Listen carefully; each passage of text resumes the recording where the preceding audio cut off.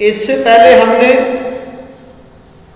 Lectures 2 जो हुए हैं उनमें हमने एक लेक्चर में हमने काइनेटिक एनर्जी और पोटेंशियल एनर्जी को पढ़ा है, दूसरे लेक्चर में हमने जो है इलास्टिक एनर्जी, केमिकल एनर्जी और हरारती एनर्जी को पढ़ा है।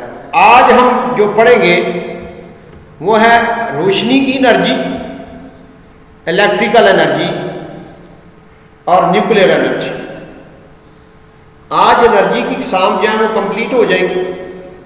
कौन कौन सी एनर्जी की किस्म भाई आज हम पढ़ेंगे?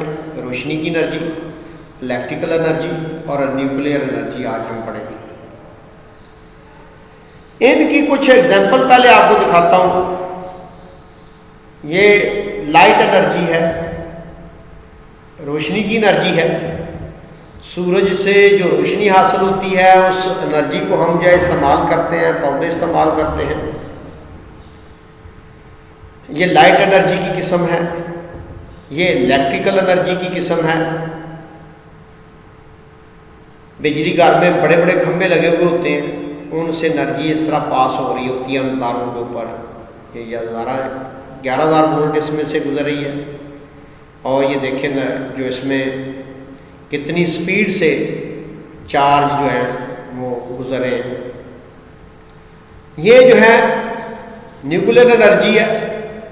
कुछ ऐसे एलिमेंट्स होते हैं जो तापकार होते हैं, उनको टूटने से जो है वो हरारत निकलती है, इसको न्यूक्लियर एनर्जी कहते हैं।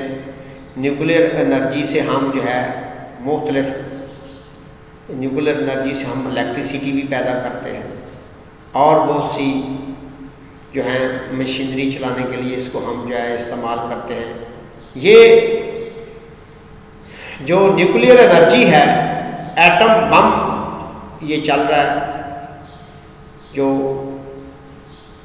इसमें से बहुत ज़्यादा तवानाई निकल रही है और इससे रेडिएशन निकल रही है जो तबाही का मूजब बनती हैं। इसका टेम्परेचर बहुत ज़्यादा होता है जिसकी वजह से ज़मीन भी जल जाती है। अब इनको स्टेप बाय स्टेप पढ़ेंगे। रोशनी की एनर्जी, रोशनी भी एनर्जी की एक किस्म है। रोशनी की मदद से हम चीज़ों को देखते हैं। हम हरारत की तरह रोशनी का सबसे बड़ा मंबा भी सूरज है।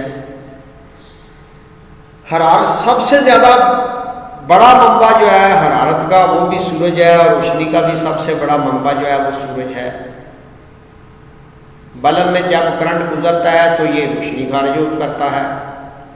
दरअसल किसी एटम के न्यूक्लियस के गिर्द घूमने वाले इलेक्ट्रॉन जब ज़्यादा एनर्जी वाले ऑर्बिट से कम एनर्जी वाले ऑर्बिट में जंप करते हैं तो रोशनी खारिज होती है। इस लाइन में ये बताया गया कि रोशनी निकलती कैसे है। ये एक एटम है, इसका ये न्यूक्लियस है और ये बाहर शेल है। ये ज़्यादा एनर्जी वाला शेल है, ये कम एनर्जी वाला शेल है। जब ज़्यादा एनर्जी वाले शेल से इलेक्ट्रॉन कम एनर्जी वाले शेल में जाता है तो एनर्जी खारिज करता है। तो ये क्या करता है? तो रोशनी खारिज करता है। हरारती तवानाई ये रोशनी की एनर्जी जो है वो खारिज करता है। अब इसके बाद ये बताया गया कि पौधों के पत्ते फोटोसिंथेसिस के अमल से खुराक बनाते हैं।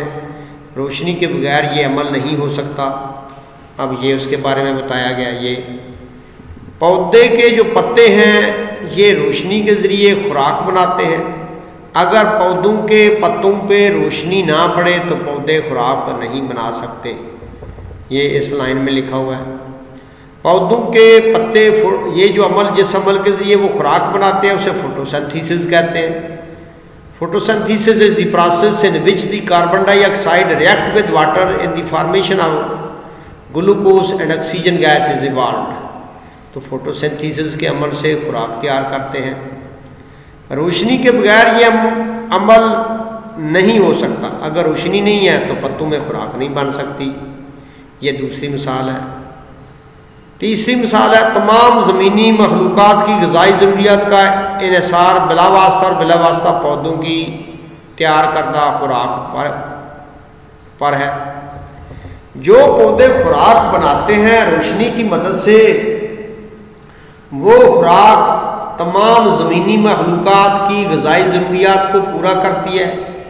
बिला वास्ता से मुराद है या तो डायरेक्ट उन पौधों को खाया जाता है या उन पौधों के बीजों को खाया जाता है। बिला वास्ता से मुराद है जो उन पौधों को खाने वाले जानवर हैं, हम उन जानवरों को खा जाते हैं। गाय भैंस का हम जब गोश्त खाते हैं, बकरी का, तो ये बिला वास्ता है। बिला वास्ता यानी हम डायरेक्ट पौधों से उनके बीज या उनके पत्ते वगैरह नहीं खाते, लेकिन उनको जो खाने वाली चीज़ें हैं उनको खाएं तो उसको बिला वास्ता कहते हैं। बिला वास्ता हम डायरेक्ट उनको खाते हैं। बिला डायरेक्ट इसका इंग्लिश है डायरेक्ट, इसका इनडायरेक्ट। डायरेक्ट में हम बराह रास्त उनको खाते हैं, पौधों को खाते हैं या उनके बीजों को, फलों को खाते हैं। बिला वास्ता हम जो इनडायरेक्ट, हम जो चीज़ें पौधे खाते हैं, जो जानवर, उनको हम खाते हैं, तो ये बिला वास्ता है। बिल वास्ता है। बिला वास्ता और बिल वास्ता का मैंने मीनिंग आपको बताया है। दूसरा है इलेक्ट्रिकल एनर्जी। इलेक्ट्रिकल एनर्जी मुतहरक चार्जेस की एनर्जी है। इलेक्ट्रिकल एनर्जी बहुत वसी पैमाने पर इस्तेमाल होती है। अब आपने देखा है कि बिजली जो है बड़े वसी पैमाने पर इस्तेमाल होती है। हमारे घर की तमाम ज़रूरियात को ये पूरा करती है, फैक्ट्री की ज़रूरियात को पूरा करती है। फैक्ट्री में जितनी भी मशीनरी है उनको चलाने के लिए ज़्यादातर जो है वो बिजली पे जो है इंसार किया जाता है, इलेक्ट्रिसिटी पे इंसार किया जाता है। इसकी वजह यह है कि इसे आसानी से एक जगह से दूसरी जगह मुंतकिल किया जा सकता है। ये एनर्जी को एक जगह से दूसरी जगह आसानी से जो है मुंतकिल किया जा रहा है तारों के ज़रिए, और एनर्जी की दूसरी शक्ल में तब्दील किया जा सकता है। इलेक्ट्रिकल एनर्जी को हम जो है वो हीट एनर्जी में चेंज कर सकते हैं, रोशनी की एनर्जी में चेंज कर सकते हैं। जब हम बल्ब जलाते हैं तो वो रोशनी की एनर्जी में तब्दील हो जाती है। जब हम आग जलाते हैं तो वो हरारती एनर्जी में तब्दील हो जाती है। हम मुख्तलिफ ज़राए से हासिल होने वाली एनर्जी को इलेक्ट्रिकल एनर्जी में तब्दील करके इस्तेमाल करते हैं। इस मकसद के लिए पावर स्टेशन बनाए जाते हैं जो दूर दूर तक इलेक्ट्रिसिटी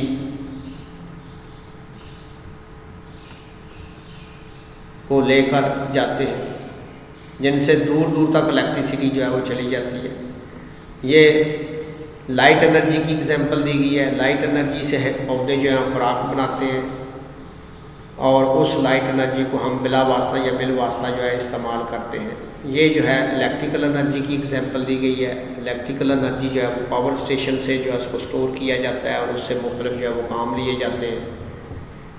अब जो तीसरी किस्म है आज जो हमने पढ़नी है, यहाँ वो 8वीं किस्म बन रही है। 2 हमने एक लेक्चर में पढ़ी थी, 3 एक में 5, और आज हमने 3 पढ़नी है, तो ये 8 हो जाएंगी। ये लास्ट किस्म है न्यूक्लियर एनर्जी। बाहरी एटम के न्यूक्लियस को तोड़कर न्यूक्लियर एनर्जी हासिल की जाती है। इस अमल को न्यूक्लियर फिशन कहते हैं। ये अमल न्यूक्लियर रिएक्टर्स में होता है। ये भाई बाहरी एटम का न्यूक्लियस है, इसको तोड़ा जाता है तो छोटे बन जाते हैं और इनसे एनर्जी जो है हासिल होती है, और ये रिएक्टर के अंदर रिएक्शन होता है। खुला रिएक्शन कराने से इससे जो शुआएँ निकलती हैं वो हमारी ज़िंदगी के लिए मुज़र है। न्यूक्लियर रिएक्टर्स में होता है जहां हरारत की शक्ल में एनर्जी खारिज होती है। इस हरारत को इलेक्ट्रिसिटी बनाने के लिए इस्तेमाल किया जाता है। छोटे एटम के न्यूक्लियस आपस में जुड़ते हैं तो इस सूरत में भी एनर्जी खारिज होती है। ये दूसरी किस्म है। या तो बड़े एटम के न्यूक्लियस को तोड़कर एनर्जी हासिल होती है, या फिर छोटे एटम को आपस में मिलाने से एनर्जी हासिल होती है। जब तोड़ने से एनर्जी हासिल होती है तो उसे न्यूक्लियर फिशन कहते हैं, और जब जोड़ने से एनर्जी हासिल होती है तो इसे न्यूक्लियर फ्यूजन कहते हैं। फिशन और फ्यूजन में क्या फ़र्क है? फिशन में फ़र्क है कि बड़े एटम को तोड़ते हैं तो एनर्जी निकलती है, उसको फिशन कहते हैं। फ्यूजन से मुराद है कि छोटे एटम को हम जो है कि न्यूक्लियस जब आपस में जुड़ते हैं तो एनर्जी हासिल होती है। इसमें बड़े एटम का न्यूक्लियस टूटेगा तो 2 छोटे एटम के न्यूक्लियस बनेंगे। इसमें 2 छोटे एटम के न्यूक्लियस आपस में मिलेंगे तब भी हरारत निकलेगी। ये भी न्यूक्लियर एनर्जी है। सूरज से आने वाली रोशनी और हरारती एनर्जी इसी अमल के ज़रिए खारिज होती है। अब इसकी चंद मिसालें हैं। ये बड़ा एटम टूटा है, बड़े एटम के टूटने से जो हरारती एनर्जी निकली है, इससे हम जो है वो मुख्तलिफ काम लेते हैं। इस रिएक्शन को हम जो है न्यूक्लियर फिशन कहते हैं। इसी तरह अगर छोटे एटम को मिलाया जाए, दो बड़े एटम के न्यूक्लियस जो हैं वो बन जाएं, तो जो दो बड़े एटम के न्यूक्लियस के मिलने से भी हरारत निकलती है, उसको न्यूक्लियर फ्यूजन कहते हैं।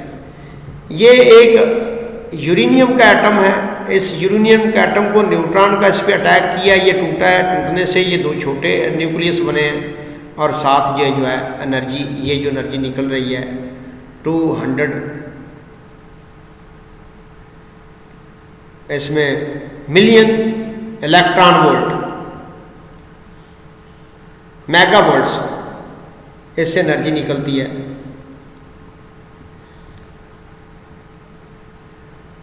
ये इससे एनर्जी निकल रही है। आप ये जो यूरेनियम के एटम हैं, उनसे एटम बम बनाए जाते हैं। उनके न्यूक्लियस को जो है उनका वज़न जब 50 किलोग्राम से ज़्यादा होता है, तो उनको जब आपस में दोबारा मिलाया जाए, 50 किलोग्राम का उनका वज़न जब हो जाए, मिलाया जाए, तो उससे हरारत निकलती है।